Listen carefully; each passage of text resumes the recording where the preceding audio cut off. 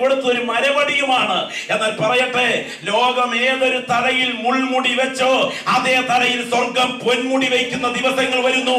മുൾമുടി അണിഞ്ഞ് രക്തധാരിയായവൻ തേജോധാരിയായി മടങ്ങി വരും. When the undeserved wicked people came to this world, the world gave him golden throne, golden crown and golden scepter. But the one who deserves it came. The world gave him only a cross and a wooden scepter in his hand. But God is going to place a golden throne, a golden crown on that head when he is going to come back. ഏകാധിപത്യം ഭരിച്ചു മുടിച്ച ഈ മണ്ണിൽ, രാജാധിപത്യം ഭരിച്ച് തകർത്ത ഈ മണ്ണിൽ, ജനാധിപത്യം ശവക്കുഴി തോണ്ടി നിൽക്കുന്ന ഈ മണ്ണിൽ ഒരു രാജാവ് നീതിയോടെ വാഴും. ഇന്ന് രാത്രി കൃപ ലഭിച്ച ദൈവമക്കൾ സ്തോത്രം ചെയ്ത് ആരാധിക്കുന്ന നമ്മുടെ കർത്താവ് ലോകത്തെ നീതിയോടെ ഭരിക്കും. On this world that has been ruled by all the monarchs who destroyed all the powers of human beings, the Lord is going to bring another reign in which a king is going to reign with righteousness, and we are going to see it. സംഭവം നടക്കുന്നതിന് തൊട്ടു മുൻപ് ഒരു പ്രത്യേക യുദ്ധം ചരിത്രത്തിൽ ഉത്ഭവിക്കും. ആ യുദ്ധത്തിന്റെ സ്വഭാവം ഒരു രാജ്യം മറ്റൊരു രാജ്യത്തോട് ഏറ്റുമുട്ടിയിട്ട് അതിന്റെ പുറകിൽ രാജ്യത്വങ്ങൾ അണിചേരുകയായിരിക്കും. അത് സംഭവിക്കുന്നതിന് തൊട്ടുപുറകെ ക്ഷാമവും ഭൂകമ്പവും പ്രബലപ്പെടും. അതോടുകൂടെ ദുഃഖങ്ങളുടെ തുടക്കം ചരിത്രത്തിൽ ഉത്ഭവിക്കും. Just before the beginning of that incident, there is going to be warfare, and kings shall be fighting against kings, and nations shall be fighting against nations. There shall be famine, and there shall be earthquake everywhere in the world. നിങ്ങൾ ഇന്ന് പകൽക്കാലം വിശദീകരണം കേട്ടതാണല്ലോ. നടക്കാൻ തുടങ്ങുന്ന മഹായുദ്ധത്തിലേക്ക് വിരൽ ചൂണ്ടിക്കൊണ്ട് ഒന്നാം ലോക മഹായുദ്ധത്തിലെ സംഭവഗതികൾ വേദപ്രവചനത്തിന്റെ കൃത്യനിവർത്തിയോടെ ഇവിടെ സംഭവിച്ചു. അതിന് പുറകെ ക്ഷാമം ഇവിടെ കൊടികുത്തി വാഴുകയാണ്. ഭൂകമ്പത്തിന്റെ തീവ്രത ഇവിടെ വർദ്ധിക്കുകയാണ്. In the morning I told you that the first world war was a fulfillment of the prophetic messages concerning it, and following the first world war there came famine, and I gave you an account of all the earthquakes that came thereafter. പരിഷ്കാരത്തിന്റെ ഉച്ചസ്ഥായിയിൽ എത്തി നിൽക്കുന്ന സാമ്പത്തികത്വത്തിന്റെ നീളം കൂടിയ ഊഞ്ഞാലിൽ ആന്തോളനമാടുന്ന ആധുനിക തലമുറയിൽ എവിടെ ക്ഷാമം എന്ന് നിങ്ങൾ ചോദിക്കുന്നെങ്കിൽ, നിങ്ങൾ ദൈവത്തിന് സ്തോത്രം ഏറ്റവും ലേറ്റസ്റ്റ് ആയ കണക്കുകൾ വായിച്ചു നോക്കുക. എഴുതിയിരിക്കുന്ന വാക്കുകൾ ഞാൻ പറയാം. 20,000 ആളുകൾ ഇന്ന് ഒരു ദിവസം ക്ഷാമത്താൽ ലോകത്തിൽ എവിടെയോ മരിക്കുകയാണ്. When there is tremendous economic advancement in the world, you must be asking me, Pastor, where is famine on earth? But I want to tell you one thing. Modern statistics prove that 20,000 people are dying out of hunger and famine in the world every day today. ഞാൻ വിശദീകരിക്കുന്നില്ല. UN-ന്റെ report ഞാൻ പറയാം. 5-1 സമൂഹം ഇവിടെ ക്ഷാമത്തിന്റെ പിടിയിൽ അമർന്നിരിക്കുന്നു. Well, I don't have time to explain.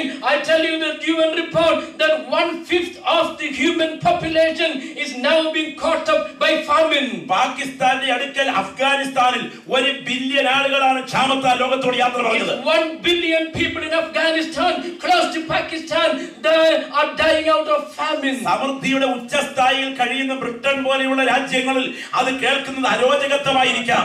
യാഥാർത്ഥ്യം ഇതാണ്. ക്ഷാമം ഭീകരമായി വർദ്ധിക്കുന്നു. It may be rather unbearable for rich nations like Britain to hear it, but I tell you, famine has been uncontrollably growing. അതിന്റെ പുറകെ ഭൂകമ്പത്തിന്റെ തീവ്രത കൂടിക്കൊണ്ടിരിക്കുന്നു. And the intensity of earthquake are also increasing every day. 70-80 10 വർഷത്തിനുള്ളിൽ 51 ഭൂകമ്പം ഉണ്ടായ സ്ഥാനത്ത് ഇതാ 98 എന്ന ഒറ്റ വർഷം 100ഓളം ഭൂകമ്പങ്ങൾ ഉണ്ടാകത്തക്ക വിധം ഭൂകമ്പത്തിന്റെ തീവ്രത എണ്ണത്തിലും തീവ്രതയിലും വർദ്ധിച്ചു കഴിഞ്ഞു. I don't want to explain. When there were only 51 earthquakes between 1970 and 1980, there were over 100 earthquakes of greater intensity in the year 1998 itself. കാറുകളിൽ കറങ്ങി നടന്ന അപ് ടു ഡേറ്റ് മോഡൽ ബംഗ്ലാവുകളിൽ പാർത്ത് പട്ടുടയാടകൾ ധരിച്ച് തലമുറകൾക്ക് വേണ്ടി വാരിക്കൂട്ടി കുറെ നാളുകൾ സുഖമായി അടിച്ചു പൊളിക്കാം എന്നൊന്നും ആരും വിചാരിക്കേണ്ട. ഇതൊരു കൊടുങ്കാറ്റിന് മുൻപിലെ ശാന്തതയാണ്. ഇന്ന് രാത്രി നിത്യതയ്ക്കായി ഒരുങ്ങിയ ദൈവമക്കൾ ധന്യരാണ്. Plenty of time to amass wealth for you, so many coming generation. That's the peacefulness, the calm calmness that you see now is only the placidity just before the outbreak of a calamity. യഹൂദന്റെ രാഷ്ട്രീയ പശ്ചാത്തലത്തെ വിശദീകരിച്ചുകൊണ്ട് നമ്മുടെ വാഴ്ത്തപ്പെട്ട കർത്താവ് പറയുകയാണ്, അത്തിയെ നോക്കി ഒരു ഉപമ പഠിപ്പീൻ, അതിന്റെ കൊമ്പുകൾ ഇല തകർക്കുമ്പോൾ വേനൽ അടുത്തു എന്ന് നിങ്ങൾ അറിയുന്നുവല്ലോ. അങ്ങനെ ഇത് സംഭവിച്ചു തുടങ്ങുമ്പോൾ അവൻ വാതുക്കൽ തന്നെയായിരിക്കുന്നു എന്ന് ഓർത്തുകൊള്ളുവീൻ. Explaining the political situation of the Jewish people, our told Jesus told, look at the fig tree and learn a lesson. When you see that its branches have become soft and the roots and the leaves are shooting leaves, you should understand that it is the time of the summer. In the same way, when you see all these things, lift up your eyes and see that He is close by. എന്റെ മുൻപിലിരിക്കുന്ന ദൈവമക്കൾ ഇന്ന് രാത്രിയിൽ വളരെ ബുദ്ധിപരമായി ഒന്ന് വിലയിരുത്തണം. കാര്യങ്ങൾ വിലയിരുത്തിയാൽ നിങ്ങൾക്ക് സ്തോത്രം ചെയ്യുക മാത്രമല്ല, നിങ്ങളെ ഒരുക്കാതിരിക്കാൻ കഴിയുകയില്ല. അത്ര സംഭവങ്ങളുടെ മുൾമുനയിലാണ് നാം വന്നു നിൽക്കുന്നത്. The children of God sitting in front of you, you should be making an intellectual analysis. If you are able to understand what is going to happen, you will not be able to start praising God. Not only that, you will be preparing the Lord for His coming. ഈ ജനതയുടെ ചരിത്രത്തിലേക്കുള്ള മടങ്ങിവരവിനെ പശ്ചാത്തലമാക്കിക്കൊണ്ട് എഹെസ്കേൽ പ്രവാചകൻ 37-ാം അധ്യായത്തിൽ ഒരു അസ്ഥി താഴ്വരയെ കാട്ടിയിട്ടുണ്ട്.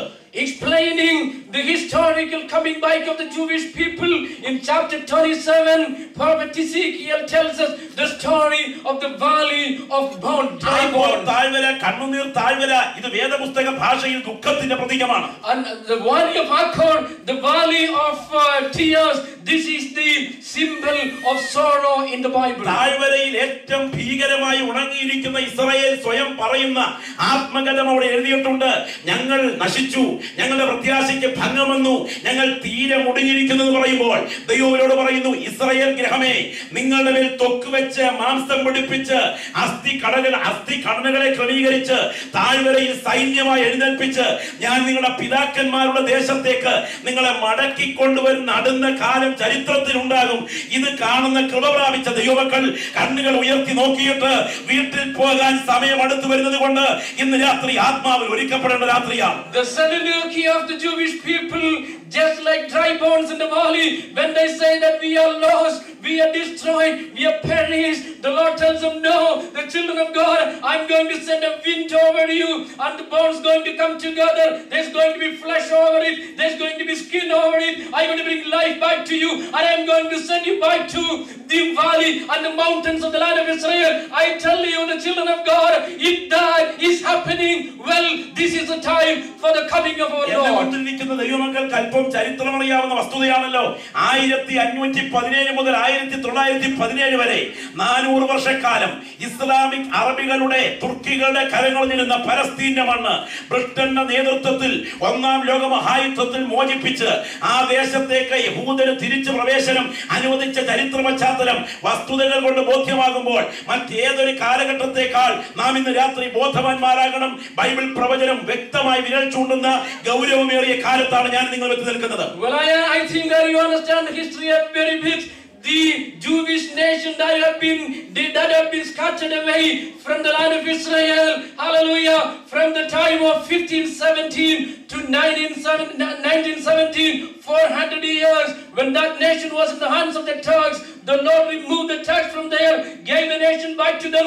That shows അവിടെ ഉപ്പുരസം കയറി, അവിടുത്തെ അന്തരീക്ഷം മാറി, മേഘങ്ങൾ മഴ പെയ്യിക്കാതായി, ഊഷര ഭൂമിക്ക് തുല്യമായി. എന്നാൽ ഇവർ മടങ്ങിപ്പോകേണ്ട സമയം ചരിത്രത്തിൽ അടുക്കുമ്പോൾ ഇവർ മടങ്ങിപ്പോകുവാനുണ്ടാകുന്ന വികാരം ഏത് വിധത്തിൽ ഇവരെ ബാധിക്കുമെന്ന് ഇന്നേക്ക് 26 നൂറ്റാണ്ടുകൾക്ക് പുറകിൽ ഇരമ്യാവ് എഴുതി വെച്ചിരിക്കുന്ന ഒരു പ്രവചന രേഖ എന്റെ മുന്നിലേക്ക് ദൈവമക്കൾ ഒന്ന് വായിച്ചു കേൾക്കുക. The climatical situation of the land became so negative, people wouldn't be able to go back to the land of Israel. But 2600 years ago, the Lord knew that climatical situation was going to take over the land of Israel, and so prophet Ezekiel prophesied about it.